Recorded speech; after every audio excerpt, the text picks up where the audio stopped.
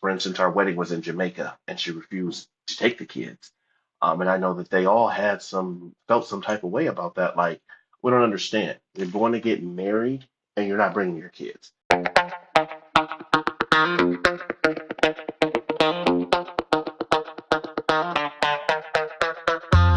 Welcome back to another episode of Daddy Issues. Our guest today is going to introduce himself and tell us a little bit about his story. Hey, so my name is David Coolsby. I am a single father of three children, 10, 15, and 11. My story, I feel like, is a little bit different than a lot of the other dads and some of the support groups that I am, as my issues arise from an ex-wife, stepmother, but not the biological mother of my children. I guess I'd like to kind of put into context how and why this happened. Me and my children had, we've been on our own as a single dad raising them since their mother passed away. Been 9 years, coming up on 10 years. It was Mother's Day 10 years ago that she passed. So I just been kind of doing the single dad thing for a while. Pandemic hit. I lost literally my job the day or within a couple days of the pandemic hitting. Lost my job. Me and the kids were just kind of home, as well as most of America, just kind of sitting there, and just extremely bored. And I remember, I think Facebook had just come out with a dating app or a dating feature on the site, and I remember all you had to do was like click one button, maybe two buttons, and next thing you know, you had like a profile on there, and I was like, whoa, whoa, whoa, this is crazy. I remember there being a couple of different women from just over the place, just like, and I was just like, this is too much. One lady, my soon-to-be ex-wife, that inboxed me, or maybe I inboxed her. However, a conversation started between us, and she was from the same town as me. It was kind of weird because I know a lot of people in my town, especially around my age. I've done a lot of work in the community. I've worked for jobs that kind of are a revolving door for people in the community. I was, just wondered like, how have I never seen this woman? We have so many mutual friends. Fast forward, we started dating pretty rapidly. If the pandemic started March, the first week, I would say by the end of March, we were, talking, dating, and we had moved in together by the end of that same year. Now, I had a house and things for the kids, and like, a lot of my friends asked me, like, what would possess you to uproot, the children's life? And honestly, I was like, I would have never thought that. But one of the things that kind of separated her from anyone else that had ever talked to, even prior to my children's mother passing, and even after, was she showed interest in my kids to the extent of she offered to adopt them. And I Wow. had never heard that word before. I had been doing this on my own for so long that I've had people that wanted to help, right? Like, hey, I'll, take your kids to practice or pick them up or drop you off. Well, that was kind of pretty routine. I could find, I had a lot of friends and I had a pretty big support system. But when she said that, I would just remember that like resonating, like, whoa, that's like you would take on the same responsibility as me, right? Like, if I died, they wouldn't have to worry about anything. If you had a life insurance policy, you know what I mean? Just those Yeah. sort of things where they would be as emotionally, financially, and legally invested in your children as you were. So I do How did your remember kids that. feel about it? I talked to them. They were younger at the time, and this was the first time I think that we had had a conversation where it opened up, where they were like, "Heck yeah." I never thought that they would be like that, right? Like, I'm like, you got dad, you're fine, you don't need anything else. But and I've had conversations even as recently as the last couple of days, is how that second parent dynamic, no matter what it is, when it's missing, it leaves a void. And something I had never thought about until I had the conversation with them. They're like, they were a little hesitant, like, would we like her? But they were like, she would like adopt us, like we would have a mom. You know what I mean? That the Yeah. idea of that was really cool, to them, because even though their mom has been gone for 9, coming up on 10 years, she was absent, even Mm. for years and years before that. So I've been doing this on my own for a long time. She struggled with the disease of addiction, and eventually, it kind of took her away. It kept her away for years from them until it finally, took her off the earth, right? So That was something that we had never like sat down and had like heart to heart talk. But I remember when she came in, I'm like, yeah, she's nice. She didn't have kids of her own. Never had kids. Was never pregnant. She never even thought that having her own children was something that she wanted to do.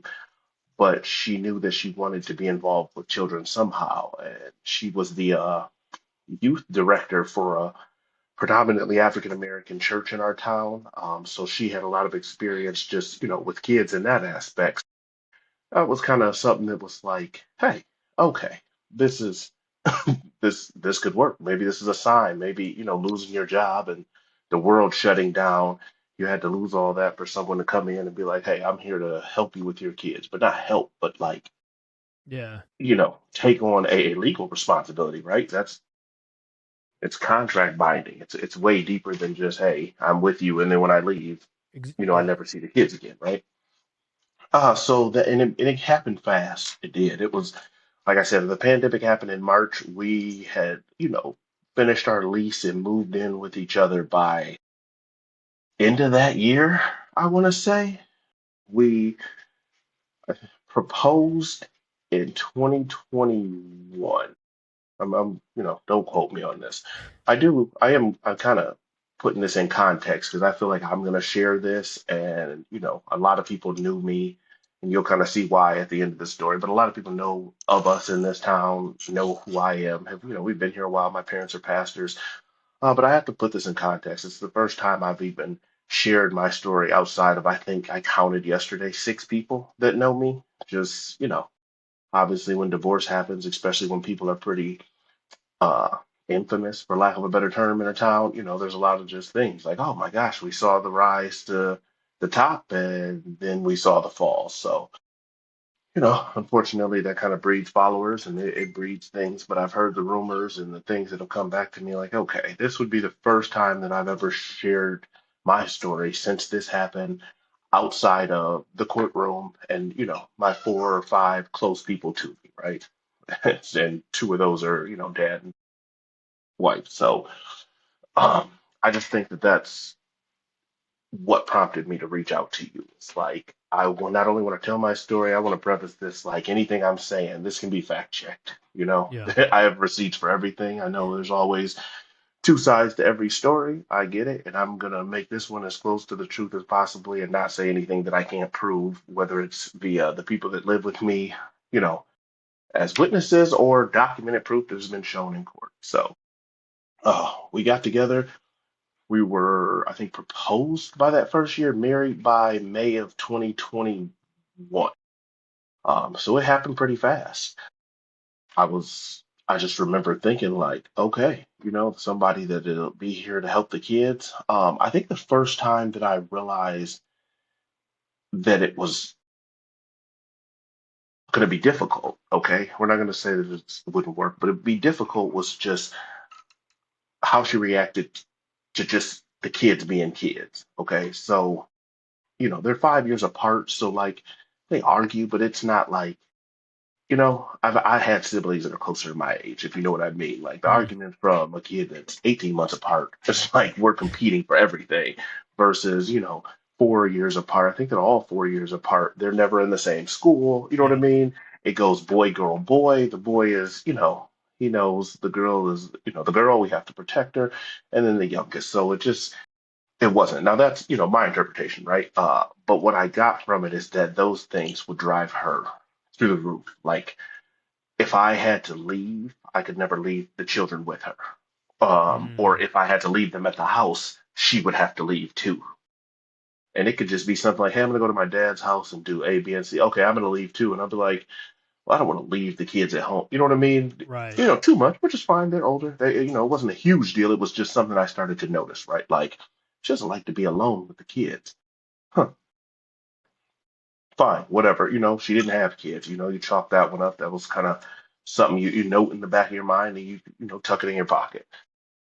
Um, the One of the kind of standing out moments where I'm like, it's not just a regular frustration of, the kids are too much to handle sometimes. And mind you, my kids are not.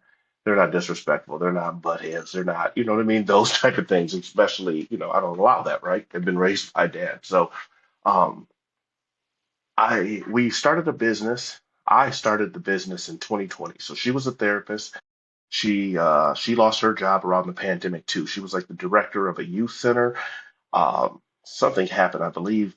Two staff members ended up killing a kid, and they lost a contract. So a lot of therapists had gotten fired.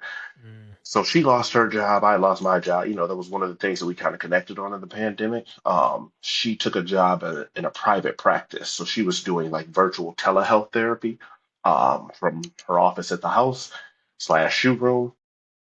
And I had gotten it was like the worst job ever. It was like selling signs. And, I'm sure a friend of mine that owns the company, he gave me the opportunity. So I appreciated the opportunity. It's hard when you know your skills are, hmm you know what I mean, way above that. But you had to do what you had to do, right? Like, I had to put food on the table. I had to find something. But what it really did is motivated me to kind of, okay, you can't sell signs forever. You have to, lock in and get back to what it is that you know how to do. And so I kind of came to her like, we need to start a business.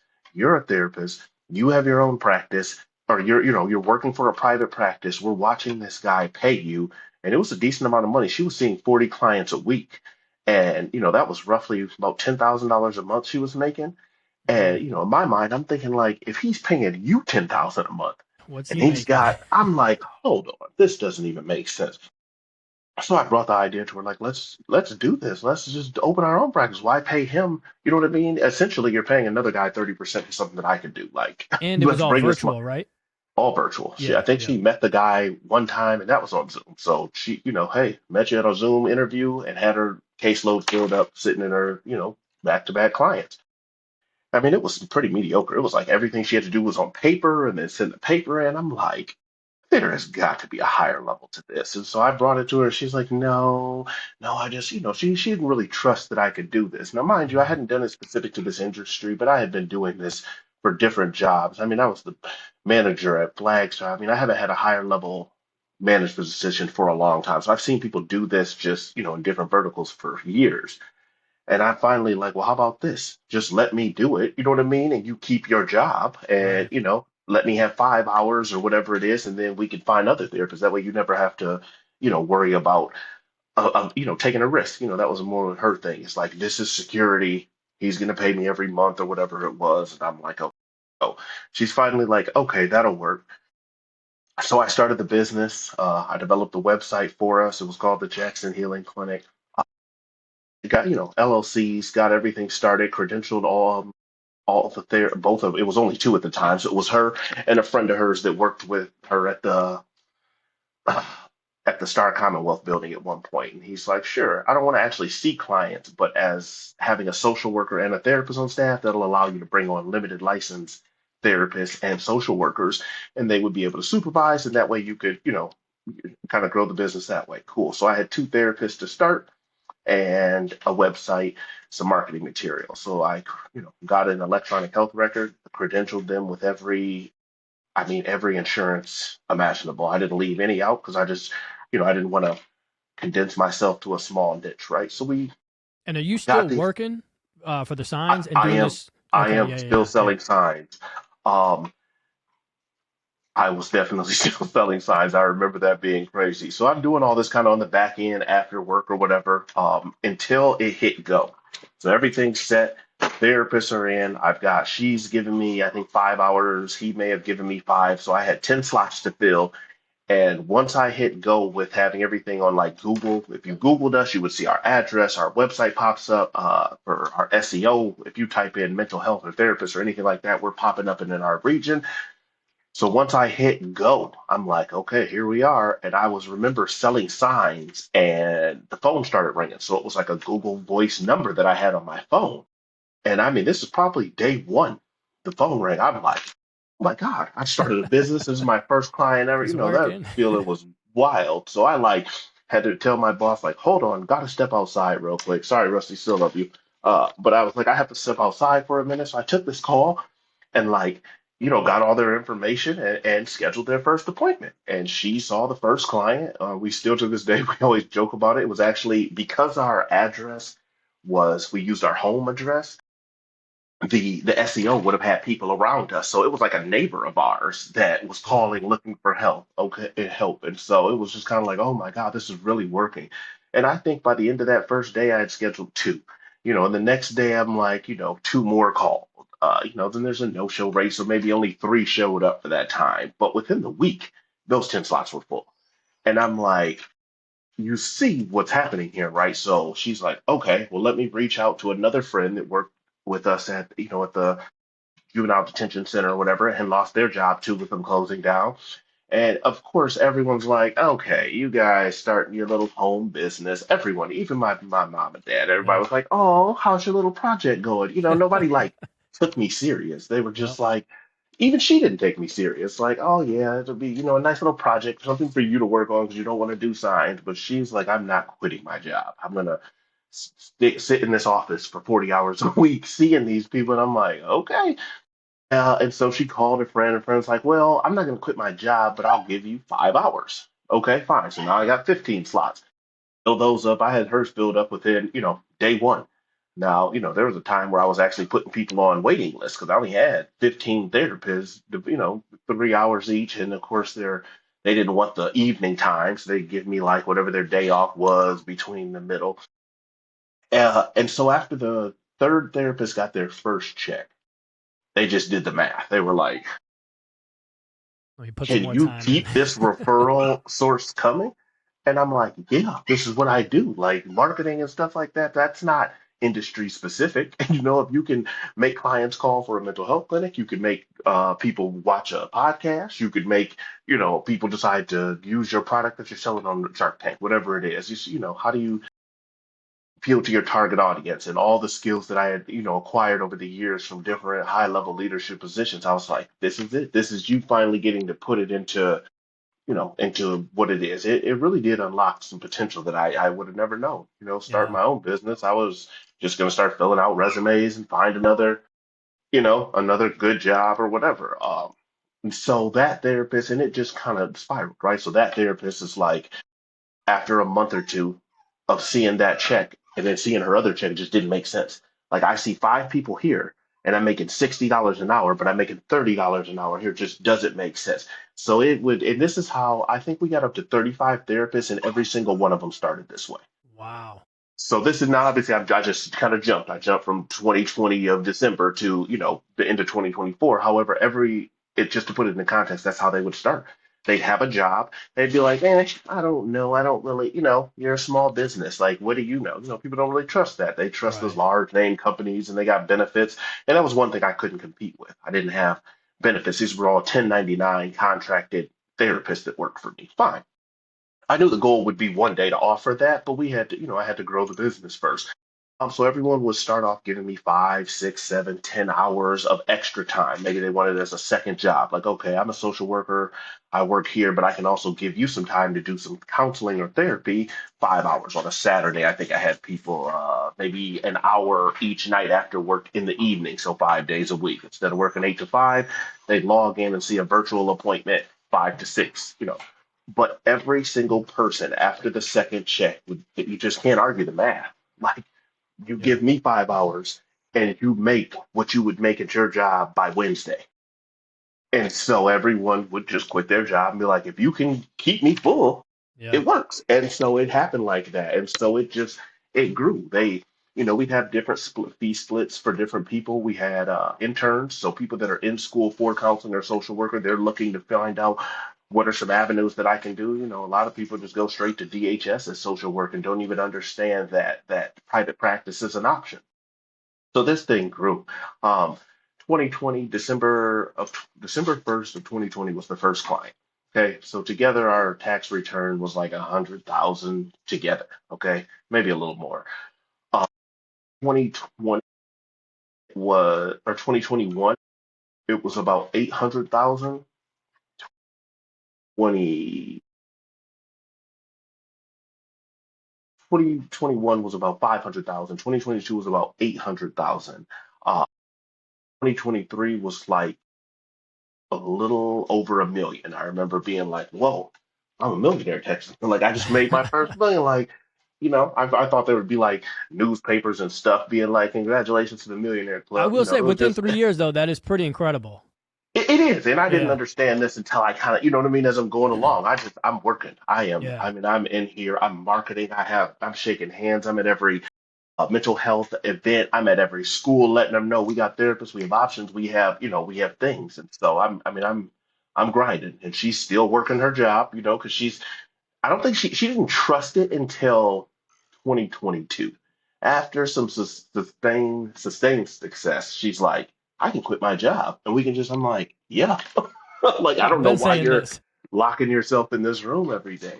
So she didn't just terminate all her therapy. She kind of went as they would fall off or finish their treatment or whatever. She just wouldn't open that spot up. So that happened through 2022. 2023 was about a little over a million, and then 2024 was 3.2 million as of December 19th of 2024. That was, the last thing I did. So I was doing good. I had also expanded into other branches. So I purchased a brick and mortar building. So we still had virtual telehealth and a brick and mortar. I purchased that in 2021. It was a 10 office building that allowed people that work telehealth to have options to come in. This is right around the time the pandemic was kind of, I'm not gonna say wrapping up, but they were making provisions for people to come inside or back to work versus at one point it was just telehealth only. Don't come inside buildings, that kind of stuff. 2021 hit. I bought a building on the east side of Jackson, 10 offices, complete old. It was last time it was remodeled was like 1980. It was some old doctor about to retire and ride off to the life. Hey man, I remember buying the building, and the whole goal was to have it remodeled and up and ready for business by August 1st. So we bought it by June. By August 1st, I had the contract, and I mean complete renovation. This is a doctor's office. So there's hand washing sinks and things like that in every building, in the hallway, scales that are built into the wall. We got every one of those things removed, water cut off, and it to turn into usable office space. One of the reasons is because in case we ever sell it, it's kind of hard to sell a doctor's office unless it's to a Hmm. doctor. But the office space that's been completely remodeled, refurnished, and updated, that's, a lot easier during retirement, right? So I did that in 2021, but when I did it, I'm like, okay, we'll probably have two extra offices. I'll need a couple more therapists, but then word of mouth of the therapists. There's people calling their people that worked at other jobs. At one point, we felt hated by other companies, the CMH in our town, Community Mental Health, because people were like, "Are you guys hiring?" Because my friend works there. She said, blah blah blah. We're like, "Well, come on in for an interview." And so we would, and I'm making all this happen. Like I'm credentialing therapists. I'm the only admin. So if you think about what all it takes to get a therapist on board and to be able to submit claims to an insurance company and then pay me and then pay them, I was the only one doing it. I hadn't hired anyone. My goal at one point was to hire someone. I was like, eventually, you're so good at this, you don't want to be the admin for the rest of your life. You want to put people in place so that you can expand this. Hmm. So I had her mother-in-law came to work. I tried to teach her, God bless her soul. This lady has never had a 9 to 5 job. She was always a cleaner, odd ends type of work and on Social Security. And she was like, my mom's never going to be able to do it. I'm like, she might not be able to get the computer stuff down, but if we can get her to just answer the phones and schedule, that's going to help us. That'll take me off to having to stop what I'm doing, the credentialing or whatever. And because the phone's ringing off the hook at this point. Like I mean, we're putting people on waiting lists. The phone is just, I couldn't believe it. I'm like, wow, we don't have enough therapists for the demand that's coming in. The office that I purchased and had in 2021 was full before it opened. Wow. So I was like, okay, well, it's time. It's time. In addition to secure the funding for it, I'm like, we were still kind of new. Like we were obviously taking money that was coming in and pouring it back into marketing, recruiting of therapists, just that sort of thing. We weren't, and obviously paying our household bills out of it, right? That was my only salary. She's still working, so that was taking care of the three, four, five, member family. I decided I'm trying to think into it. As once 2021 hit, I knew we were going to need another building. I'm like, I should have known in the beginning, like, why get a small office? I mean, 10, it's big, right? 10 office spaces, that's pretty big for the average person. But like, no risk it, no biscuit. I should have just started off with a huge office building, and did it, but I didn't. But I think it actually worked out better because now we have access on two different sides of town. You know what I mean? Mm. So there's Yep. a building on one side of our town and another side. So no matter transportation shouldn't be an issue to mental health services. So I do think that that actually worked out in its favor. The funding. So County National, I had to talk through these people that were all these kind of banks were like, sir, everybody was treating me like this, like your little telehealth project. Yeah, it's cool. Yeah, you made a little money, but it's not real. You know what I mean? Like nobody thought of it as real. The Right. pandemic, they didn't think of it as real. They're like, well, what's going to happen when we go back to in person? Your business is going to fail. So I'm getting denied by, I want to say 7 or 8 banks. I mean, I tried them from American One to kind of just like, no, you don't have enough history or credit, or we need at least 3 years of tax, blah, blah, blah. Finally, I talked to, I think it was Matt Swartzlander. I talked to somebody at the chamber. He referred me to a guy at County National. He was like, he likes to do, he said, you had to have the perfect storm. They want to be more involved in mental health with this pandemic as it's become a huge, you know what I mean, a source of talking. And they also want to do business with minorities. Well, she would be a Caucasian female. I would be a black male. You know what I mean? Those are both considered minority business owners, and we're trying to open up mental health. Talk to them. He's like, heck yeah, I would love to do this. I was talking to the president. Like I went straight to him. Yeah. The introduction was met. We get to talking. He's like, heck yeah, I love this. Heck yeah, we're gonna do this. And then he takes a job and goes somewhere else, and nobody knows Damn. what he's talking about. Well, we don't have anything. I'm like, you have got to be kidding me. Maybe it's just not meant to be. Ended up talking to, I finally get a hold of him. I like called him blocked or something at his new job. I found his number like, bro, I get that you went somewhere else, but can you at least introduce me to someone and be like, hey, I have been talking to this guy. You know what I mean? He knows what he's talking about. He was like, yeah, yeah, sure. I'm sorry. I forgot. He made it sound like I was going to do that anyway. I just been busy, but I'm kind of persistent. I'm like, I don't like to be in limbo. So he introduced me to his banker there. And we got to talking. He's like, heck yeah, John says it. We're going to do it. You need 20% down. And the building was, let's say, I want to say 180,000. I'm going to use that number. I could be off a little bit. So I'm like, damn, 36 grand. We making money, but we ain't got just 36 grand just sitting in the bank. I'm like, what do I do? And so I found this place called the EDC, and I'm sure the place have the Economic Development Corporation, where they're all about bringing businesses into town. They help with things like the down payment. So I met with them, a couple different things, had to come up, develop a business plan. I'm meeting with these people, talking to them, and they're like, well, we think we're going to help you. Okay. And so they did. They gave us how it works is we ask for the down payment. So we need 36,000. We have to come up with 10% of that, and then they'll give us. So Mm. basically like two loans. So we had to come up with $3,600. But by the time all these talking things, I actually had 36,000 in the bank that I was like, I could just give them this and cut that out, but it would deplete us for any capital. The building we wouldn't be able to have, we wouldn't have money coming in to renovate it, or it would take us longer. And so I'm like, let's still use it. But what I decided to do is to pay it back at my own pace, right? Like they gave us the exact same terms as the loan from the bank. So 25 years at 36,000, minus the down payment, Mm. and 25 years for that. Well, I get in there with them. The first building, I had the first loan from them with that first I had it paid off in 14 months. So they gave us that, and they're just like, you're hell yeah, we love you. They're starting out, they're promoting us. They want, they've asked me to come down and speak at these like young entrepreneur things. They're like, your story is incredible. Look what you've done, sir. You're like, I was like, once I was locked in, it was just like, let's Yeah. go, let's make it happen.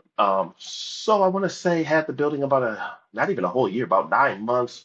I was almost done paying them off. I was like, how would you guys feel about doing a second loan? And they basically said yes before I got the in and I was loan gonna out of my say, yeah, mouth. they They were probably like, yeah, requested. heck yeah, it's not, heck yeah, what do you want to do? So I found another building on another side of town, double the office space. It was actually so big that I was like, I don't know how I'm gonna fill this one. This one's got like 25 office spaces in it, plus the 10. We're looking at 35 therapists here, plus any other virtual ones. Well, there was a doctor's office in the other building, and they were renting the downstairs. I'm like, how much is their rent? Their rent was literally double the mortgage. I'm like, Oh, this perfect. is, boy, this is okay. You are really, I started getting confident, like you're really like that. However, that didn't work because as soon as we bought the building, we got in there, they didn't like the new owners. So they're like, we're leaving. I'm like, Oh. okay. whatever. All right, we're still making decent money. Okay, we're fine. We obviously didn't take a loan out thinking that somebody else is going to pay it. So I'm like, fine. I get that thing done, remodeled, had it again, remodeled in less than 90 days. Okay, so 2021 bought the first building, 2022 bought the second building.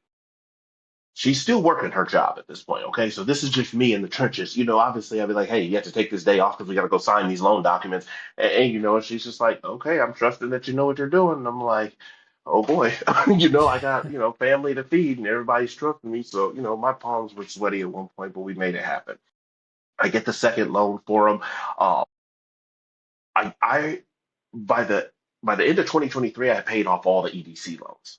So you're gonna Wow. think that's about $75,000 because they give us, the down payment for each one. And the down payment is 20% of the total cost. I want to say one building was 180, the other was 200,000.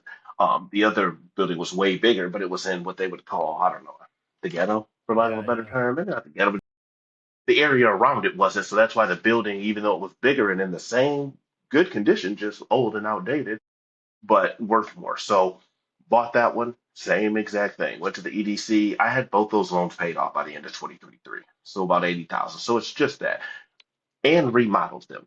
The remodel caused the equity in the building to go through the roof, right? So now we have our home property that through the pandemic gained $100,000 in equity. We have the two buildings that we bought and paid the down payments off of and the 20%. So now they've increased by like both.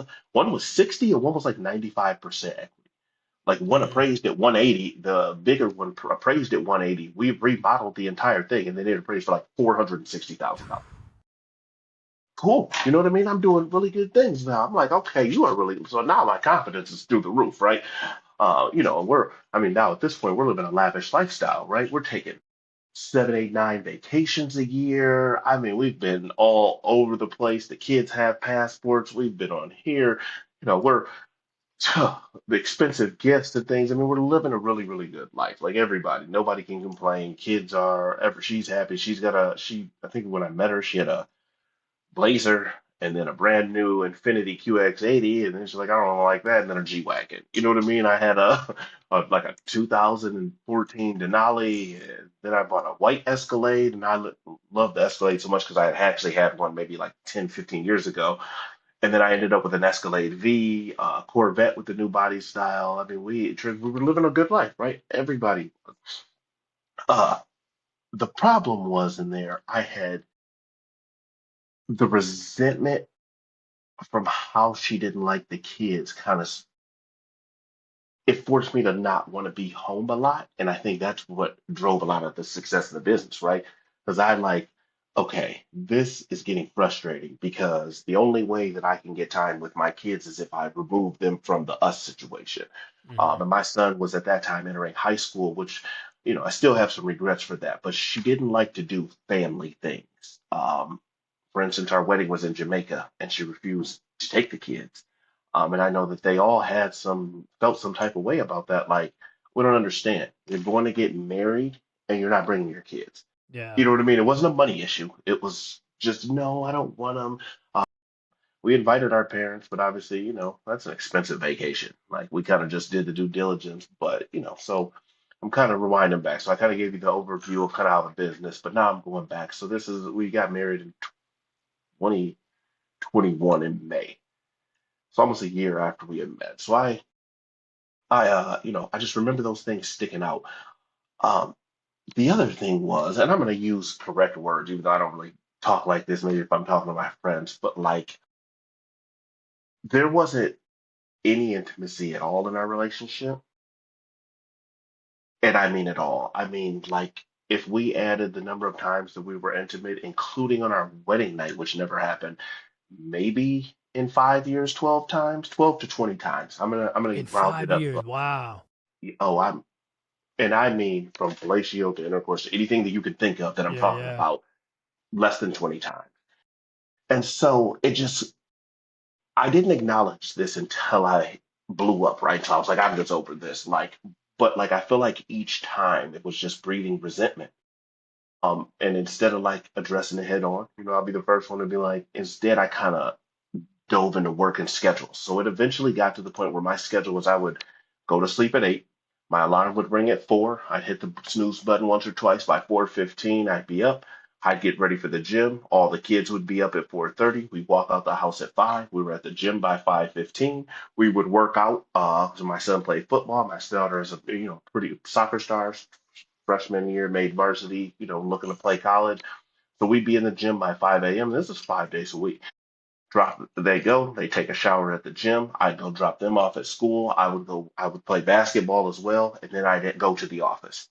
First of I all, sorry to cut you off. Yeah, no, That's please. truly amazing for a parent to be able to do that and bring their kids who are still in high school to Yeah, in get middle them up, school. going to the gym, then go to school afterwards. They're going places. That's amazing.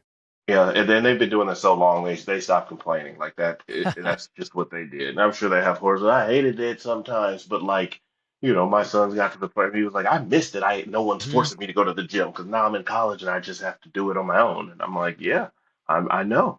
It sounded Good rough, for but you. we did. Yeah. But we in every day, and this is for years. This went on for a long time. So I kind of so I didn't have too much conflict or to worry about it. It was like, well, make your schedule. So you get up 4 o'clock in the morning, you'd be out the house by 5 at the gym working out. Then you work out on your own after get the kids to work out, drop them off at school, go back in to the office, be there working hard until I had to pick them up from school. A lot of times I would go pick them up from school, drop them off, and then go back to the office and finish it. But, again, there was no support with the kids. I was a married man, but a single father. Hmm. So not one time did she ever want to come to the gym with us. That's like unheard of. Okay. But she wasn't a gym person. She had never been, I don't think she'd ever been to a gym in her life. She never played a sport in her life. She used to always have the thing where she never even tried a vegetable until she was grown because her mother didn't do that. It was all processed foods out of a can. Okay, fine. My mom a little more southern. Okay, I was shucking green beans before I could walk. You know what I mean? I remember being in a bouncer like, yep, David, pick off the ends and throw them in the pot. So that, just different cultures, right? But when it came down to it, it was the resentment. Like every little incident was like, you don't like the kids. I remember when I bought the first white Escalade after the success. She's like, heck yeah, let's go show my mom. She's not gonna believe this. Like everybody at that time is still like, your little project. Yep. Nobody really. Everybody was just like, yeah. Even talking to my best friend, you're like, yeah, man, your little project. My parents were like, how's that little project you going? I'm like, hey, your little project is crazy, but Almost fuels the whatever. fire more though. It did. It really Yeah. did. That was like, okay, I'm gonna Prove show them y'all what a wrong. little project is. And then they Yep. saw the first Escalade. Now this is the 20. What year was that Escalade? 2021 or something like that. I think brand new. Brand I new. mean, it was Yeah. the 600. It had. I mean, every bell and whistle you could think of, the self-driving technology. So we show her mom. Her mom was like, "Oh my God, this is real. You guys are making, you know what I mean, $100,000 Escalade money." And we're like, I've been trying to tell you what we're doing. And she's like, "Yeah, I'm actually like not even about to be seeing clients anymore." So we're all happy. We're showing her mom. We take her on a drive around it. Finally, drop her off. I'm like, "All right, it's time to go show the kids." And her attitude and face immediately dropped like, "Why do we have to go pick them up?" And I'm like, I I remember being so like, whoa, we didn't get them. We didn't. We ended up going to dinner by ourselves, and I remember thinking about it the whole night, like, why couldn't we go show the kids? I don't understand. I didn't understand, but I didn't want to argue about it. Like, okay, whatever. They'll Yeah. see it when we get home. How big of a deal is it? Fine. We fast forward, but it was so many of those things. It was the lack of intimacy. It was the I told you at one point before we even moved in that I loved you and I wanted to adopt your kids. And then we got together and I never heard that come up again. And I brought it up. I would be like, I don't understand. One of the only thing, the biggest thing, because I was stuck in my single dad. I'm never getting married again. Like we got this. It never got brought, I bring it up to her like, I don't understand. You said you would adopt the kids and you won't even pick them up from school. We were Yeah. together 5 years. She never, I'll put it like this because I don't want to say anything false. I can count on fingers and toes how many times she's dropped off or picked up the kids from school or practice, and she was a stay at home mom. Let's use air Yeah. quotes, stay at home. I'm talking about like never. I have friends and stuff that I'd be with, and they'd be like, those kids would be calling me like, Dad, we're hungry. And I'd be like, I'd be at the office or something. I'd be like, well, where's Heather? She's upstairs, but she said ask you. And I'd be like, okay. All right, you know what I mean? So maybe I Yeah. was into work or trying to lock in or do, whatever it is, creating SOPs for the practice because we were getting so big at some point. I'm like, you have to document this process. So when you sell this business, you can sell everything that comes with it. Okay. You can sell the brick and mortar, the name, the website, and the SOP. You know what I mean? You're talking about being able to sell this for 2.5 times its net worth. Boom, that was my goal. I was addicted to Shark Tank. Like at some point, I don't want to work until I'm like 100 because this is my baby and my first business. No, I want to, start it, grow it, and then sell it, and then ride off into the sunset for the rest of the life and not need anything based on the financial investment you made. Well, that was kind of what I started working for, at the beginning, even when the tax returns weren't that good. But it was just the resentment was so bad. I mean, there was no intimacy. She hated the kid. I'm not gonna say hate because she never used that word, but she would have preferred there not to be kids, and I guess that's something I should have taken into consideration. There's a reason you were, 40 something years old and had never had kids, never, Yeah. wanted to have kids. It was like a conscious decision. Was So she ever married before, or were she you was married close? before. Okay. They did not have kids. She married and kind of left him in a very similar situation as we're going to be getting here to, right? Like, just one day was like, hey, I hate you. And that was it. So, um, and it was, like I said, there was no intimacy. There was never any help with the kids, not a doctor's appointment, not no wards banquet. My daughter played for 3 soccer teams for 5 years, okay, until she hit high school, which you can only play that one and then you play it in the off season. I can count on all my hands and feet, all my digits, and still have some left over how many games she's ever witnessed. And to put that in context, I've never missed a game in my entire life, outside of her yearly birthday trip that she scheduled, you know, without telling me. Yeah. My So she son didn't had really have a bond with the kids, at all. Yeah, not that's all, and tough. I don't want to say bond. I guess a bond would be the right word. They had a relationship, right? Because she was Hmm. at the house. So if they ever came up like, Heather, I need hair grease or I need this, she'd get on Amazon. Quick, you know what I mean? Spending Yeah. money was her skill. Like, heck yeah, shopping was her skill.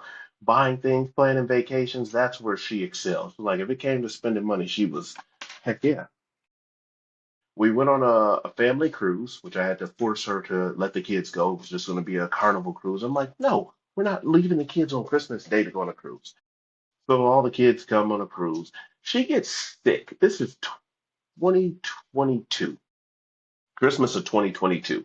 Uh, she got her G Wagon for Christmas, and we left for this trip, right? A Carnival cruise, surprised the kids. They open it, all their presents, their suitcase and things to pack. Leave on this. She got sick on that cruise. I don't know what happened. Something happened. So, we caught something. To the point it trickled home. She was on bed rest from the time we got back January 1st, and she was sick, man. She was sick. I'm talking about bedridden, hadn't left the house.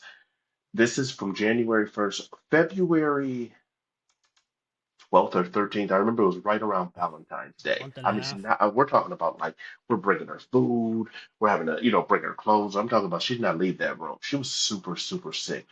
Well, February 13th, she texted me like, my blood pressure's through the roof. And it was a number that I was like, my mom had high blood pressure to the point one day her nose was literally projectile blood. And the number that she had for her blood pressure was nowhere near what she was. She goes to the hospital, suffers 2 strokes and a heart attack. Okay. Man, it was crazy. And I mean, she was in that hospital for ICU to transfer her to another hospital in Detroit for, a couple weeks she was in there, maybe close to a month.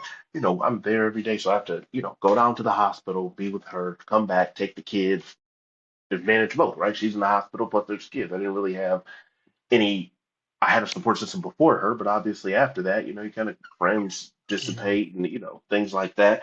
It's because you have a family. So I'm going back and forth.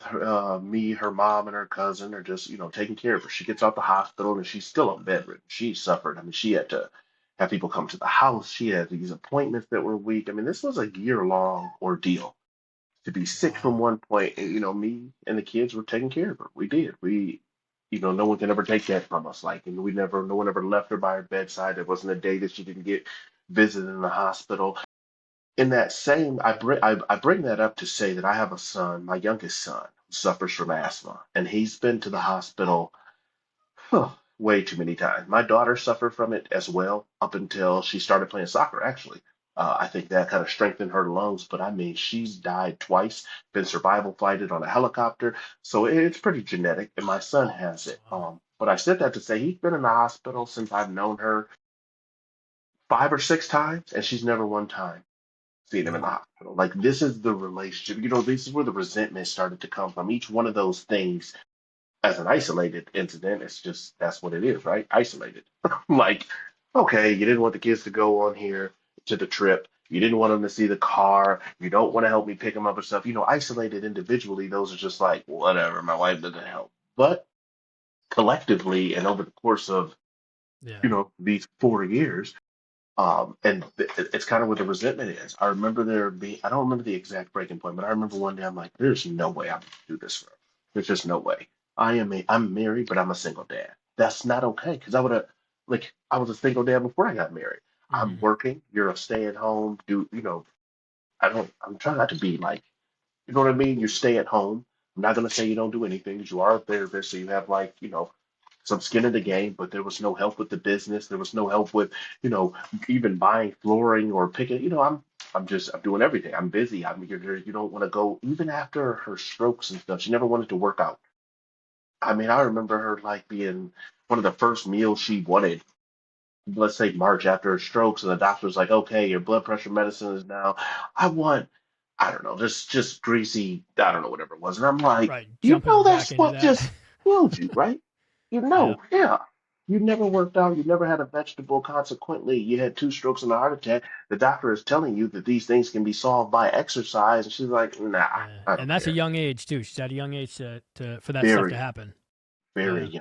young. And I just remember that being the thing to be like, I'm not going to be with somebody that the chance of her passing away from these issues and not taking care of her health have flown through the roof in addition to being a single dad. Like Mm-hmm. it just didn't make sense. So the resentment popped up. The two Jackson Healing Clinic businesses that I was telling you about, those were mental health. Okay, so we're kind of jumping back now. I both of those, one building in 2021, one building in 2022, both of them done and the down payment paid off. What I was doing is paying double. So what I did is I opened another LLC to purchase the building in, and then the mental health clinic technically rented from the LLC that owned the businesses. Okay, so that's kind of how you tax things I've learned as far as you have one real estate business and you have a mental health clinic that rents this building. So rent is all tax deductible, and then you take the money from rent and remodel the businesses and buildings with it. Okay, just I'm trying to keep Uncle Sam because at this point we're making so much money. He wants a Yeah, he's chunk, coming. like a nice chunk of it. And I'm like, okay, well, how do I make money or grow my net worth and not pay him as much? And that was real estate is one of the ways. So I paid off those 2022. All of the down payments were paid and the equity has increased. There's a house that came for sale next door to me, just an old house, just a low down, probably a roach infested. Like if I didn't buy it, someone would. They wanted, they had some ridiculous number on there, 80,000, and I'm like, you're crazy. So I told the realtor, I was like, tell them we'll give them 40,000. I mean, it was less than half, right? I said, if you had something for 100, somebody offered you 40, you'll laugh. But he came back and said, oh, I'll go down to 75. I was like, you don't even need to call him back. I just threw an offer out there, like, let me buy another property, right? And so he did. He was like, okay. About a week later, he called back. He said he'll take your offer. I said, I Wow. know, because who's I buying know. over there? Like, I just kind of chuckled to myself, and we made it happen. Okay, well, at this point, we're making great money. So I had 40,000. We buy the house in there. I bought that house, had it remodeled in less than 90 days again. So I bought that house, gutted it from the floor to the top, put a second bathroom. So now and now it's a 3 bedroom, 2 bathroom home. So the last appraisal was like 150,000 for something that I bought for 40,000. Right. Okay, I just to mean, put that's it the in price context. of a car. Yeah. It's like Yeah. where I live, it's $1 million plus to buy a house. It's Oh yeah. insane. Now, That's if you low. take this house and put it where you live, oh, it's going to cost that much because Right. I like to make sure that they're all nice. So everything was new and the flooring is nice. You know what I mean? Like these houses, this is a pretty house. All my properties and businesses look amazing.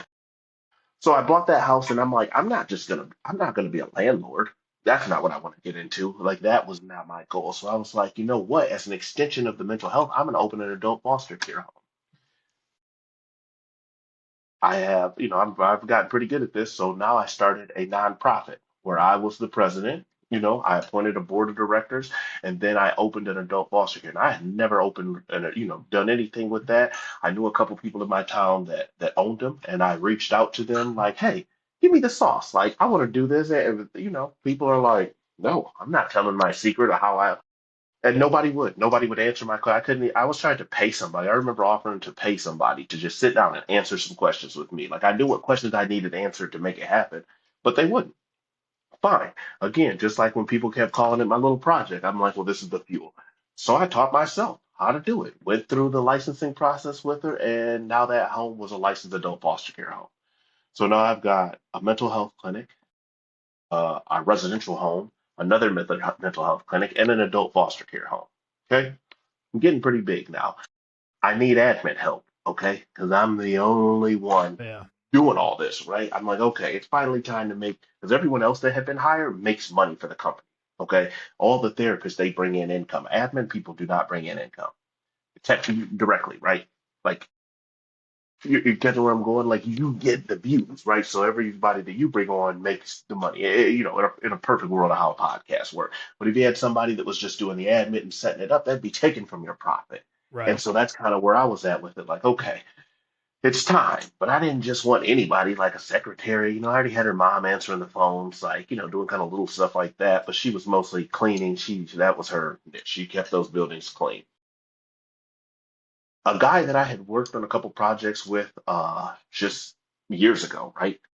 He called me one day and he was like, and this is and I'll his name is Matt Morgan, but he called me and he was like, I just I just want to meet with you. And I'm like, okay, I'm kind of busy, but all right, as long as you don't mind me typing and talking, come on to my office. So he does, and he's like, he was going through stuff with his wife because I want to say we had about 3 meetings, and it would be like once a week on a Friday, he would show up and he would just start crying, just telling me about, him and his wife going through this and him and his wife and this. And I don't think it was that like divorce thing. It was just things he was going through and he felt talking to another male would. Mm. And it was kind of, I bounced some ideas off him. So I felt like it was kind of beneficial for both of us at that point. Cool. After the third one, I'm like, he was like, I've had this coffee shop for years. That's my only business. I was like, the last time you and I worked together on another project at a call center, 10 plus years ago, he was like, I felt alive. I had my business, and I had this job, things were good. Now I just feel like I'm just a coffee shop owner. Well, basically. And I've owned it for so long, I just want to get out of it. I'm like, so what are you doing for work? I was like, do you want a job? In that conversation, there may be some barriers in there, but that's how that conversation happened. And I offered him, I was like, well, what do you think about? I need some admin help, but I don't want to like hire a secretary.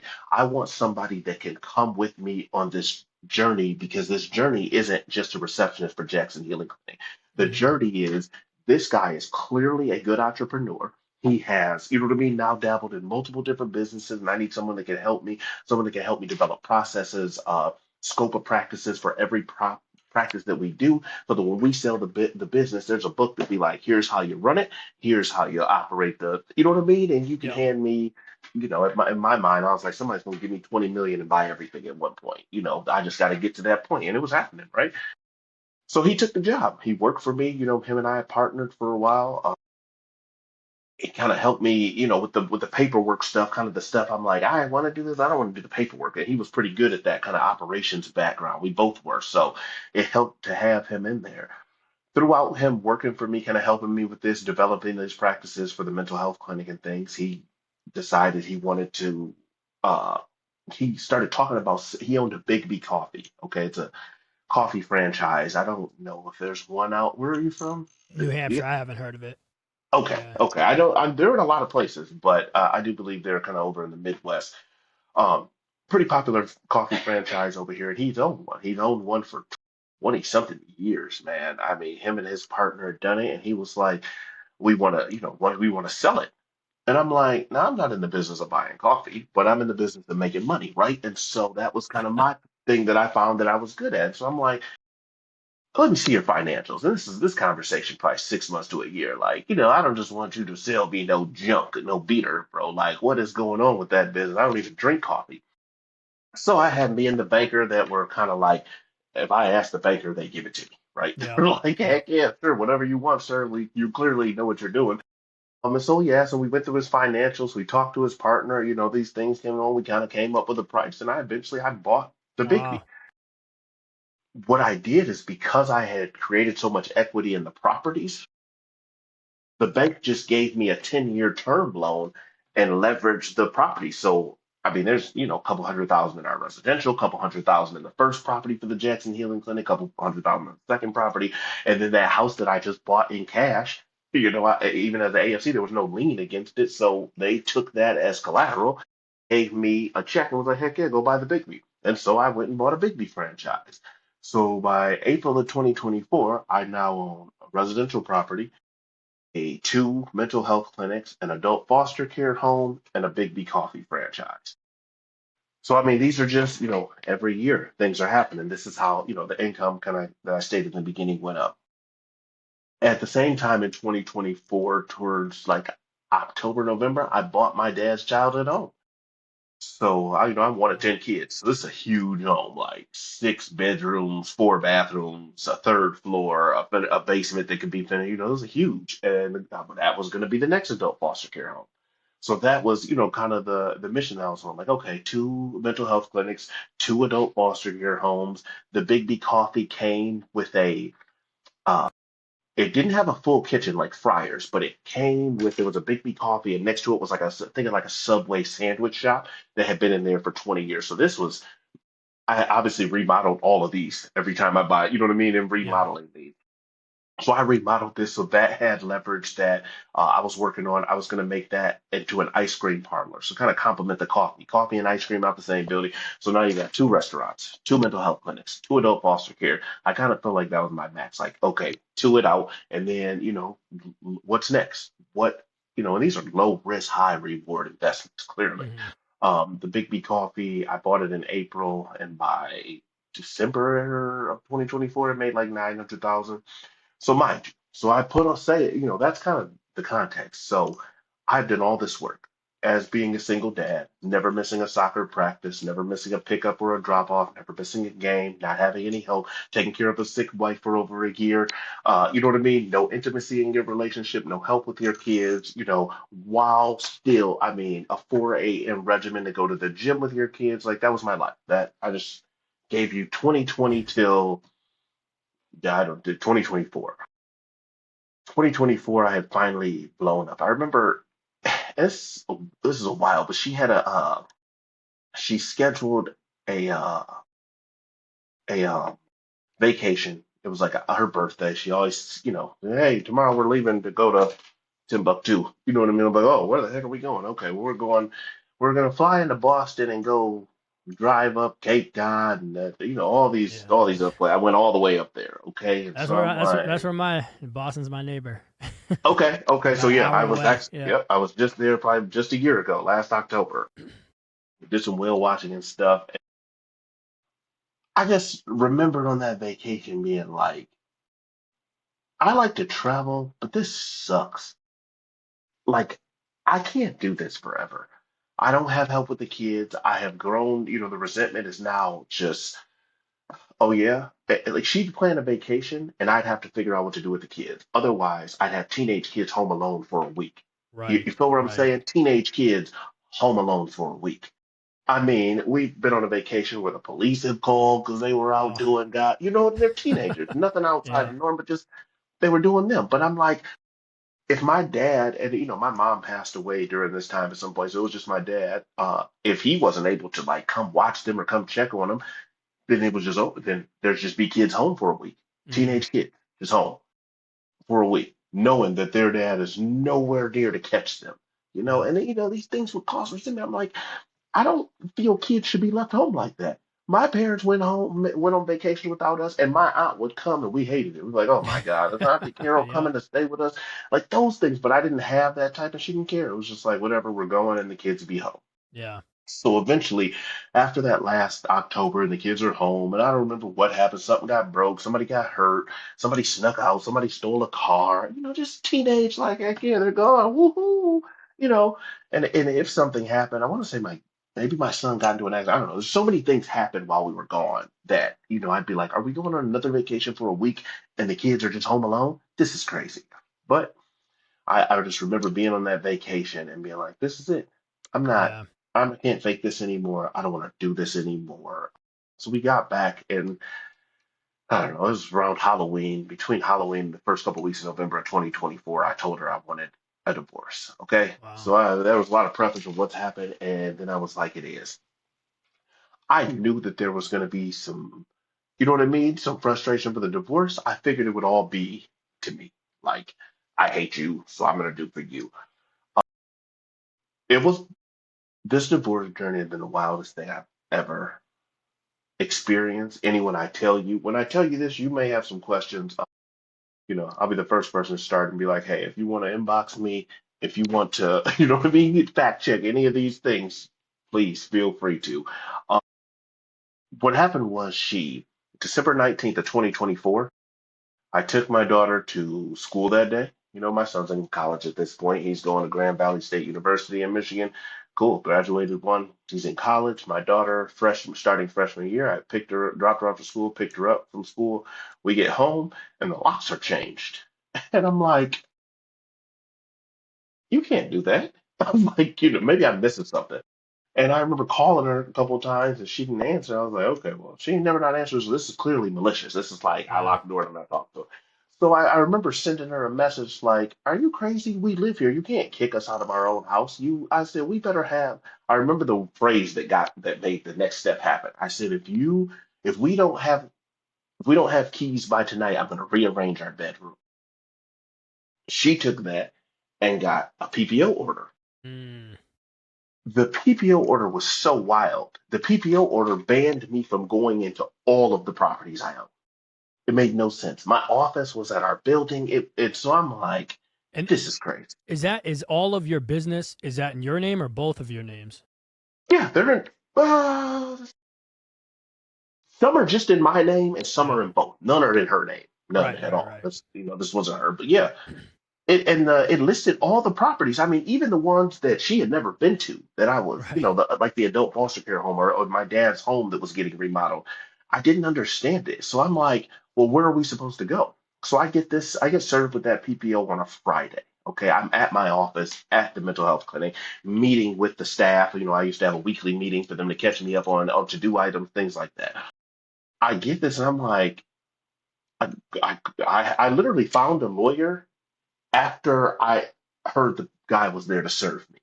So my office is in the back. You have to come in. Hey, David, there's somebody out there for you. And my dad is like, I told him you were busy because he looked like he was from the court. My dad is like, oh no, that's just what's going on. Like nobody Yeah. knows about the locked doors or anything yet because I didn't even know that this was, that was the next step.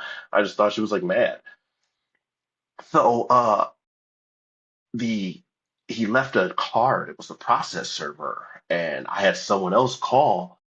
And they were like, yeah, we need to meet up with David Coolsby. We have to serve him with some papers. And I'm like, uh-oh. The only thing they could be is Hmm. divorce papers. I'm like, okay, fine, whatever. Put your big boy pants on. You told her you wanted this. She filed. That's okay. That's okay.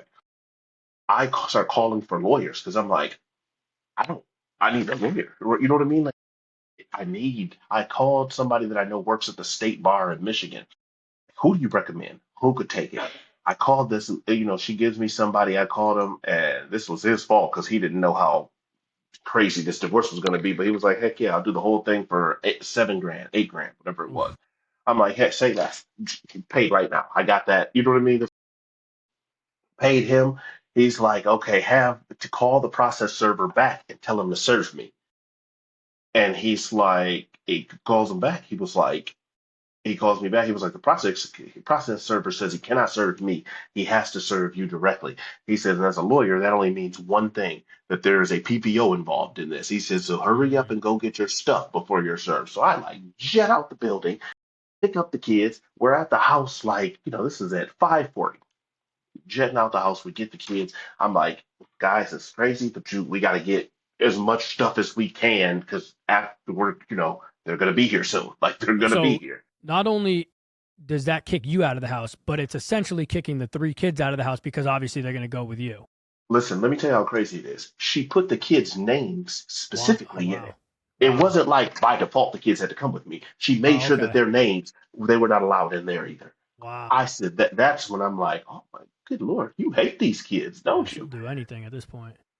So we are, getting stuff. I remember this being at four. It was like 5:05. Okay, 5:35. I mean, get there. I'm like, kids, come on, we got totes. I have friends bringing me totes. I had my friend bring. She had a U-Haul that like I can't remember if I told her to go rent it now because we just need to put stuff in, or if she was returning something happened. Anyway, there was a U-Haul got brought to the house too. So this is about 5:30. We have one. Sure enough, the police pull up at by 6. Okay, we're trying to load. Like I'm like, kids, get your important stuff. Get your clothes. You know what I mean? You gotta go to school tomorrow. You gotta go like get the things that you can. And we tried to get. You got an hour. I remember exactly because I texted her when we were done. So 5:35, we get a U-Haul. We had 90 minutes to get 5 years worth of stuff for four people out of a house. Okay. Obviously, we didn't get everything. We got what we could, the essentials, maybe some mattresses, some things. The other thing I had noticed when I got back to the house is that she had cleared out everything about. I am a shoe connoisseur, you know what I mean? As an 80s baby, I had a shoe collection out of this world. Some that had never even been worn that were worth money. The ones that she couldn't take both of, she took one shoe of, designer scarves, watches. I mean, just, you named it. And I wasn't the only one. She had it too. We give each other these lavish gifts. We were making great money. I mean, from Dior, Balenciaga, you name the designer, we had something of that. All of that's gone. I mean, all of it. I mean, when I went in there, that was the first thing my daughter was like, Dad, where's all your stuff? And I just remember going, oh boy, oh man, like, okay, this is real. This is serious. Like, whoa. So the kids get their stuff. The police have showed up. They showed up about 5:35, like, yeah, we have to serve you with this PPO. I'm like, okay. They were like, she told us you have guns in the house, which I had, a collection of firearms too. These are, things that I had. He's like, you're not allowed to have those, so leave those or have somebody else come pick them up. I didn't have anyone to pick them up, so I had to leave them there. And they were like, you guys got to hurry. Okay, so they waited as long as they could. They actually switched. Two cops were there that served me. I guess they didn't want to sit in one spot. I don't know. Maybe it was shift change or something. So let's say 5:30, they by 6:30, a new set of cops come. Well, these new set of cops weren't as understanding. The first one were like, "We're sorry. We understand Yeah. this is wild." I'm like, "There's you, me, and all the kids have to just get out of our home, Within and an we hour. can't go." I have a fully renovated AFC home that doesn't have people in it yet that we could go live at temporary. No, we're not allowed to go to anywhere. So we get packed up, we pack up all this stuff, and the police finally escort us out of there. This is at 7:05. Okay, we get what we could. They finally get mad, like, we're not waiting any longer. You have to file a motion with your lawyer to go back and get the rest of your stuff, whatever. I'm just like, okay. We had 90 minutes, we got what we could, we packed it in there, and we just kind of set off to nowhere land. It just so happened that my friend that was got us the U-Haul had moved out of her house. Okay.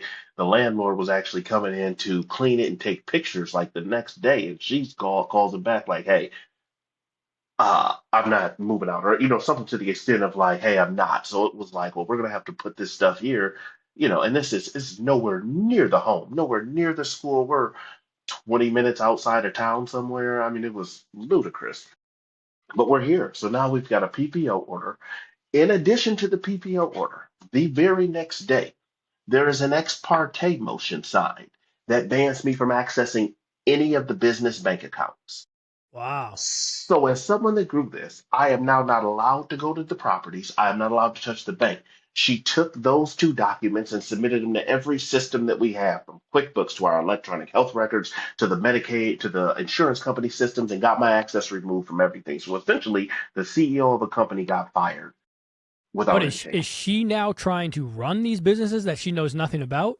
There you go. Yes, Wow. sir. And it is a wild scenario. So, this happened December 19th. We obviously, it's the holiday. We don't get to go back to court until January 8th. I'm thinking, okay, there's going to be the judge is going to see this and he's going to make some amendments. Like, you can't go on these days or what, something happened.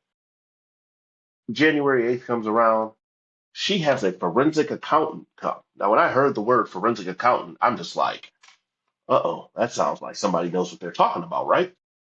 So he comes to this show cause here, whatever this motion hearing. At this point, I've been so many times I don't even know what it was called. But he comes up there and he goes, uh, I've gone through their financials, and since 2021, there's $1.5 million in unaccounted for funds. And I remember when he said it, I'm like, where are the funds? I just take you, forensic accountant. His words got to be real, right? Right. And so he's like, that's why the ex parte shouldn't be dropped, and we're not amending the PPO. This is what the forensic accountant said. And the judge is like, and my lawyer stands up. He's like, well, I don't understand. If she just admitted on stand that she never had anything to do with the businesses or the finances until December 19th, until this happened, how could she know what's unaccounted for, what isn't? You haven't talked to my accountant. And the judge was like, I agree. So you have to send him the list of, stuff to let's find out where this money went.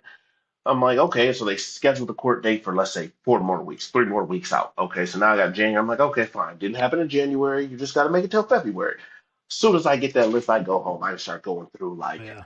I remind you, I don't have access to the bank account. So, like, certain transactions, I can't just Google and be like, oh, what was that for? You have QuickBooks, but I don't have access to that anymore. All the tax returns have been filed, but I don't have access to those anymore. So I'm just going off. Luckily, I remember I had downloaded all of my statements, and the business statements, just kept them on my that weren't attached to, like, my business email, which was deleted and access terminated. So I go through, I open this up. It was the biggest scam in divorce history. All this forensic accountant did was go to the bank and say, hey, I need every transaction that was initiated by David. And I need, and put it on an Excel sheet, not anything came from the bank. And he put it on there and he said, I don't know where this money went.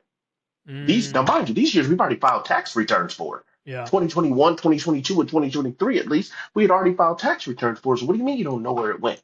It was a business expense or it was a personal expense.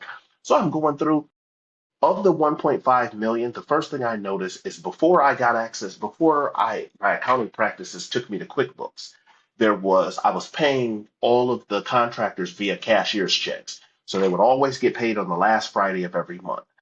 Every single last Friday of the month was on there as part of unaccounted for funds. She knew when payroll was. Sometimes she'd go give the paychecks out, and payroll was roughly $125,000 a month. Okay, so right there, 50% of his alleged Right. 5 million. So now we're now 750,000. Okay, now these are all credit. There's no cash withdrawals. No. If there is, there's like 500. You know what I mean? The total is Right. like less than Right. three Yeah. grand. Like, we were on vacation, we had to take cash out to go do X, Y, and Z. Fine. So right there, I'm talking about, like, you can click and see the cashier's check has a name and a date on Yeah. it, every Everything single has a one. It receipt. says Tom Jones, payment for June, or Jason Smith, contractor payment for 712 Franklin's, you know what I mean? Whatever the address is, right? Like, these, I'm talking about, like, as a forensic accountant, this is the bare minimum of things that you could do with your job. She could look on her phone and tell you exactly what every one of these transactions were. I go through, I finish this, I'm all ready for February. Like, okay, 2 months, that's fine. We're gonna get back in, we're gonna get some amendments to the PPO, we're gonna get some, you know what I mean, some things back in. We go back in there, nothing. Judge refuses to make any changes. Wow. Refuses, even after he has admitted on stand. It's now all of a sudden it goes from 1.5 million to, we don't know where this 70 or 90,000, what he spent it on, because I transferred it to a personal bank. But not, this isn't one transaction. This is since 2021. So if we were to do the math, 2021, 2022, 40 years divided by 70,000 is what? 17,000, give or take, a year. Right. Like I get a salary. You know what I mean? That can't stop me from never having. Mind you, I still have no salary. Okay, so since this Right. has started, I have no money at all. Me and the kids are just. We have no money. We have no access. We have none of our stuff. We are just out here. We're just here, like And that's what sucks with waiting. the court system is they keep pushing it back weeks and weeks and weeks. And it's like, what am I supposed to do? And You know? they do Yeah. not care. So now we're Yep. at February. We have gone to court every month since January of this year. January, we're there, nothing happened. February, nothing happened. March, we go back. He's still refusing. By May, was it May? Yes, May. We finally get him to give access back. So he's like, okay, we're gonna make some provisions. We go there. He allows me to go back to the Big B, okay, the coffee shop. He is like, you are to go back and run it. You still cannot have access to any of the systems of the bank, Jesus. and you are only allowed to receive a salary of $12.50 an hour, not to exceed $500 a week. But wait, there's more. The manager, remember I told you I bought it from this guy, okay, that works for me. He is the manager. He's the general manager. His wife is the manager. They are still employed with me through the mental health clinic and through this Bigby. They are supposed to be the ones running the day-to-day operations. Okay, I'm an owner and entrepreneur. I'm not a coffee manager. You know what I Yeah. mean? That's not Yeah. my skill. I hire people to do that. They have somehow jumped on team ex-wife and they refuse to go back in there. So I have Wow. just gotten I go back into this Bigby. I've got kids, obviously baristas. These are all kids that have all been working with, my wife and the other people since this all happened. They're looking at me crazy. They're taking money. They are texting these kids, having them hide the cash deposits from me. I do not have Jesus. a manager or a general manager, so I don't, like things like payroll, fixing people's time punches. We're talking about bare minimum how to run a coffee shop things. I have no idea how to do. The contract for the owner was he had 18 months to show me how to do this. I text him when I get back, like, phew, I got that kind of situated. I'm ready for you. No answer. Text him again. No answer. Text him and his wife together in a group message, like, no answer. So it's clear at this point, I'm like, wow, they're not going to help anymore because I'm running it. They had one of the baristas, the one that had been there longest, hiding the deposits. So my sales totals don't add up every day, but I can't check it because I don't have access to the systems. Remind you, this court order is crazy. I'm like, this is nuts. So me and my lawyer file an ex parte motion. We have, you know, them stealing the money, the access to the systems, and then in addition, we had filed. Oh, I got a call from the bank about the American Express that she had spent, this is just through May, $80,000 on her personal American Express card. Mind you, I don't have a salary. I don't have a dime. Since, you know what I mean? The last dime I spent was paying the lawyer on December 19th since this happened. So now we're in May. Ex parte motion. Now he granted hers, he granted her. We haven't got to argue these, okay? So an ex parte and a PPO, I'm at May. Still haven't got to argue. We filed an ex parte motion. You're supposed to hear an answer within 20. Nothing. Nothing. So it's 2 days, 3 days. My lawyer's calling. He's like, what's going on? The judge not only didn't do anything with it, he wouldn't even schedule it for an evidentiary hearing. Threw it in the trash like Kobe, like boop. So I'm like, once again, still no manager, still no general manager, still no access to the system, money being gone. They had changed the milk supplier, which this is stupid, but just something else that was the ex parte. Let's say, so there's a company, let's say Gordon, I don't know what you guys have over there, but let's say there's a company that brings the milk and all the supplies for the coffee. Well, they changed it to something like local vendor, but all of the emails and the communication would have been going to them. So they're getting communications that, hey, there's a bill that's due for this. There's a bill that's due, for the milk. Okay, this goes up to 10 grand before these people finally show up at the store like, hey, somebody owes us some money for this milk. And I'm like, who are you? Right. I'm not doing the food order. One of the baristas is. So I didn't, you know what I mean? There was never any communication that the milk is being ordered from someone else and not through the original supplier. That change was made after I got kicked out. So now there's a $10,000 bill here.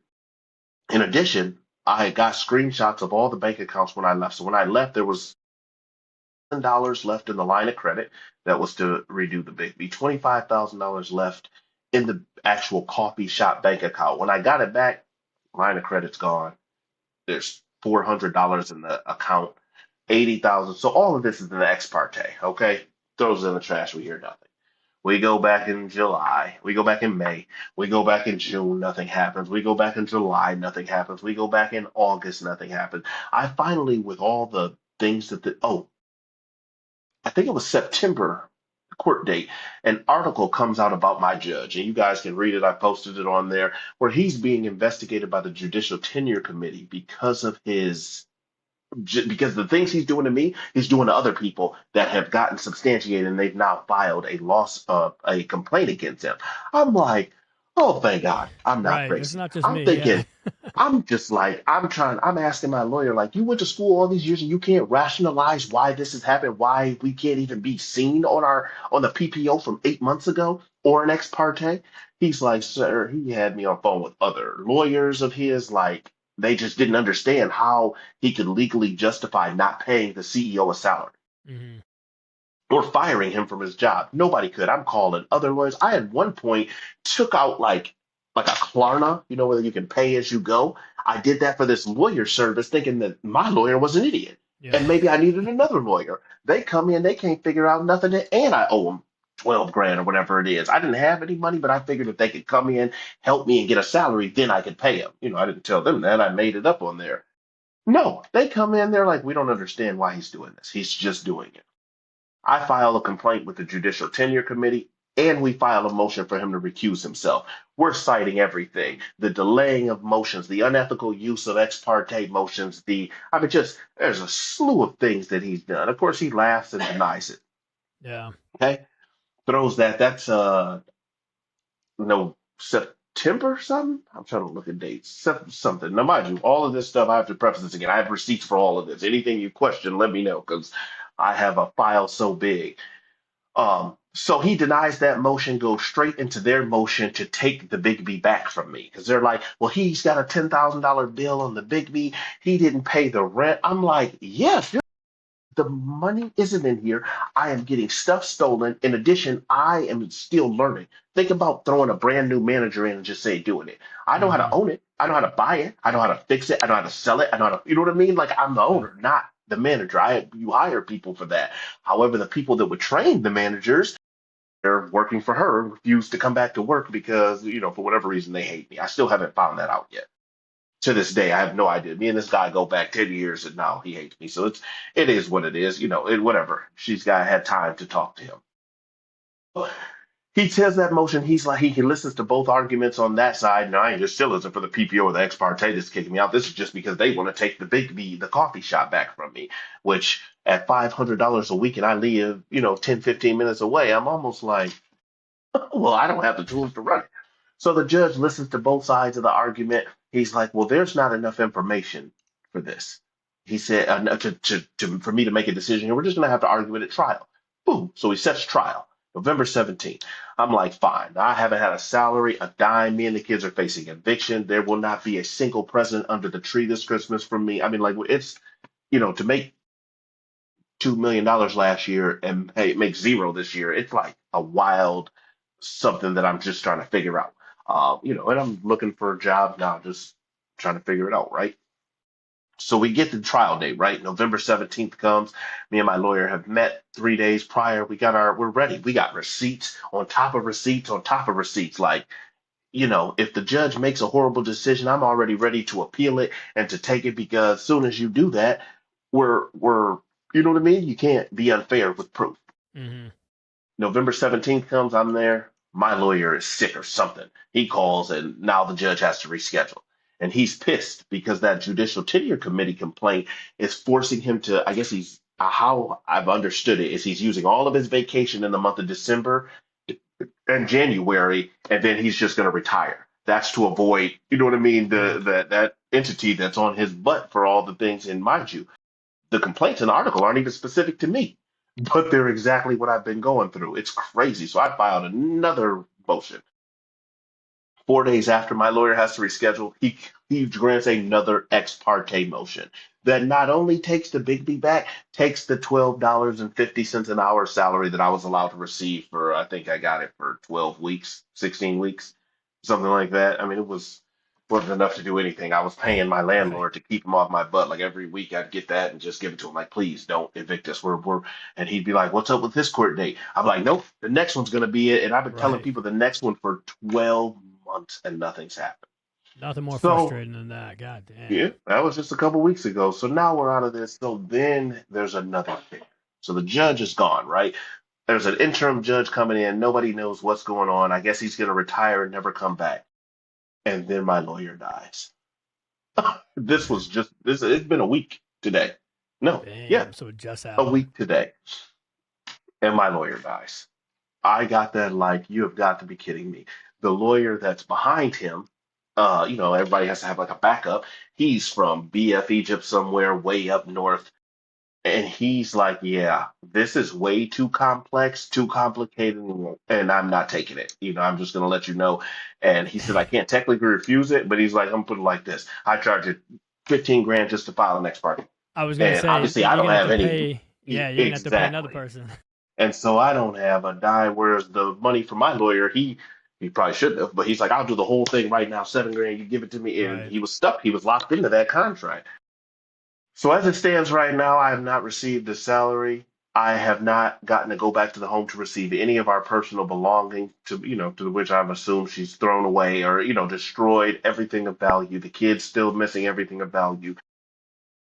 I've not received one single dime from anything, that 12.50 an hour, but from the Jackson Healing Clinic, the ones who was making the real money, no salary outside of that 12.50 an hour for a couple of weeks since December 19th of 2024. The judge is under investigation for doing the same things he did to me. The judicial tenure is instead of filing a complaint, forcing him to retire, and my lawyer's dead. So I don't have a judge, a lawyer, and they didn't even reschedule the trial date that happened on November 17th. So as it stands right now, I have no idea when trial is.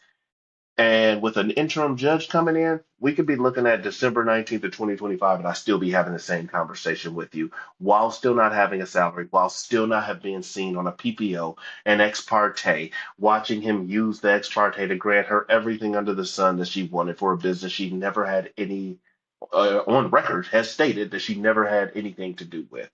That I'm going to stop because I realize I've been rambling for some time, but it is, That is unbelievable, though. I mean, when just you to get it strip all out. everything. Yeah. Yeah, you're the first person that's not in my. I was counting the other day. I think I've had this conversation with 5 people, and not the whole thing because they've Yeah. just Yeah. been around and you tell them, nope, went to court. Let me tell you what else happened. But this allows me to get my story out. It allows me to hopefully I'm going to share it on a couple different platforms just so I could maybe even someone knows a pro bono divorce lawyer because technically, if the court system were fair, I would be entitled to the half. Right. The most recent ex parte that we sent, I got the bank account statements from through September, and she spent $236,000 this year just on personal stuff. She's taken 3 or 4 different trips. She sold the G Wagon, bought a Range Rover. I mean, just things that are never allowed in any divorce in this entire world. How do you Right. canceled a $1.25 million life insurance policy that the bank required me to have, not her because of the money they loaned me, just gone. Just whatever she wants to do, But just that's over what's there. crazy too is once this is all over, and hopefully you get something back. But the problem is she's going to destroy all those businesses. You've lost everything at this point. It's like, what are you going to get back when the court system says, we fucked up. Sorry, here you Man, go. But what do you go back to? You know what I mean? what do you go back to? I don't know. I will say I'm though, telling you, you are an entrepreneur, and I'll say hustler because you make it happen no matter what. I mean, from what you were telling me in the beginning. So I think you'll be able to build back up. I mean, it sucks. It's a grind. It's hard, but I feel like that's who you are. You're gonna make it happen. I agree. That's something I have to keep telling myself and the people I surrounded myself with, my kids and just the people in my circle. They've been kind of speaking that life into me. Like, I know it seems, but if you did it once, you can do it again. And I Yeah. can, and I know I can. It's just it feels like you have a chain on your leg because it's like, okay, I'm gonna go get a loan and go start another such and such. Oh, no, you can't. You got millions of dollars in loan or you know what I mean, stuff tied to your name with no end in sight. So it's like you're gonna. I mean, it's hard. It's a struggle. It's Christmas time. My kids have been living a lavish life, having whatever they want. I've taken care of them. And even before this, right? Like I wasn't doing bad prior to the pandemic. I've always had Right. great jobs, amazing careers. And to just see them to be like, yeah, I don't, there's been nights I've had to, steal hamburger from Dollar General. Like it just has gotten that rough in life. And to know that there's someone that said, I love you. I want to adopt your kids and take care of them. And then I forgot to mention, she also stopped the payment on my son's tuition at college.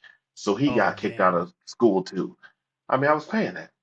Obviously, Damn. we're not Damn. eligible for any financial aid because according to our tax returns, Right. yeah, I tried to. My youngest son is eligible for Social Security because of his health problems. Can't get that because you got too many assets and money that you can't touch in there. So it's just been one blow after another this year. Every time I tell somebody, they're like, "This doesn't even make sense. How is it legal?" I'm like, "Well, clearly it's not legal. The judge Right. is under investigation for this. However, But you got who to wait holds for these that. people accountable? Hmm. Nobody. Nobody Yeah. holds them accountable. And, it's been going on. And so, I've heard the rumors. That's kind of what made me like, how can I get my story out? You can't make a long Facebook post. I don't want to go, but maybe talking to someone on a podcast, getting it off my chest. I feel like if nothing else happens, that is. But those were the two things. And maybe someone knows a lawyer to be like, hey, this guy, if you hear his story, there isn't money up front, but there is money for you to get paid if you can just help him settle this. Like I said, at this point, without having any legal representation and her having everything, there's no real incentive for her to get the trial over with. Right. So, and with Yeah. the judge not coming back and who knows what the new, I'm just kind of in a limbo where it's like, who knows when this trial could be? This is a 2 day trial at least. Like with witnesses and evidence and going through bank account statements, he's never ordered a business valuation. Just we're basically just floating through without a Yeah. salary as the CEO of a company you built. So I've probably taken up a lot of your time. I'll let No, you ask any it's all questions, good. anything that you I was heard. gonna no, I was gonna say if for someone to reach out to you if you want to like give your email or your name or however how can someone reach you if they want to help you out? Yeah, my email is NSGTO. The acronym stands for Never Stop Giving to Others. So NSGTO8636 at Gmail. My social media on Facebook and Instagram. I mean, I'm on Instagram, but I don't check Instagram, but they're both David. And then the last name is Coolsby. C is in cat, OOL is in Larry, S is in Sam, B is in boy, Y, and that's Facebook and Instagram. And even if you know some things, I've been through the legal aid. Legal aid can't help me because guess why? Because I got too many assets that I can't touch, so they can't help me right now. So on paper I have $0, but also on paper I'm worth a lot of money. It's a wild concept that I have been getting told no by people. I'm like, well, I can't get food stamps. Nope, you got too many businesses and money. But I don't have anything. I have nothing, and no one will help me get it. So it's a sick, twisted game. But it's the holidays, and I'm just glad to be surrounded by, people that love me still. That is the one thing I took out of this is my kids still love me. And, I hope that she's getting everything that she deserves. I'm not saying that I was perfect in this marriage. What I'm saying is, under no circumstances does anything that's happened in this marriage justify what's been going on specific to the business or the treatment of the kids. That is just ludicrous. And she's got the backing of the court system to help them. I'm in a single dad support group, and I see how this works with them all the time. I couldn't even imagine going through this and we had kids together. It would have been over a year Right. since I would have seen a child that we had together, and that, She would have you taken know, him away for sure. Yeah. for sure. Yep. So it's a sick concept, but thank God, I still have my kids that love me. Me down.